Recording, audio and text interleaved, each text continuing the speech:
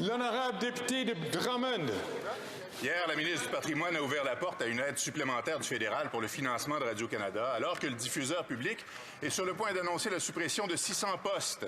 Plusieurs analystes sont d'avis que ces coupes décidées par la PDG Catherine Tate étaient prématurées, sinon exagérées, en plus d'être clairement inéquitables à l'encontre du réseau francophone.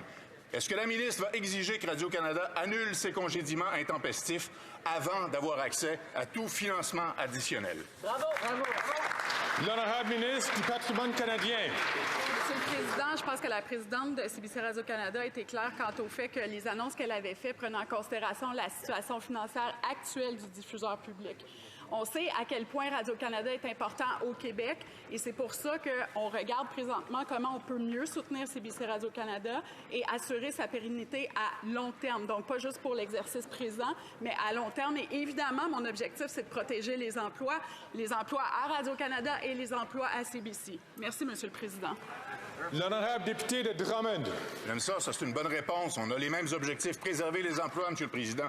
Exiger le maintien des 600 emplois que Radio-Canada a décidé de couper, c'est la moindre des choses avant d'octroyer quelques budgets fédéral, public, de sommes que ce soit. Mais il y a aussi une question d'équité envers nos diffuseurs privés qui en arrachent encore plus. Tant Bell que TVA ont coupé des centaines de postes, puis le blocage des nouvelles, permettons, on va se le dire, ça fait mal à tout le secteur de l'information. Donc, le soutien à Radio-Canada, c'est oui, en autant qu'on maintienne les postes.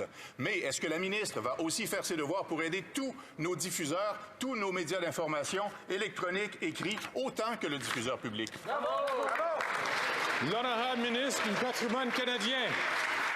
Absolument, Monsieur le Président. On va continuer de travailler pour s'assurer qu'on a des médias d'information, que ce soit des médias privés, que ce soit notre diffuseur public, que ce soit les médias communautaires qui jouent un rôle essentiel dans toutes les communautés à travers le Canada.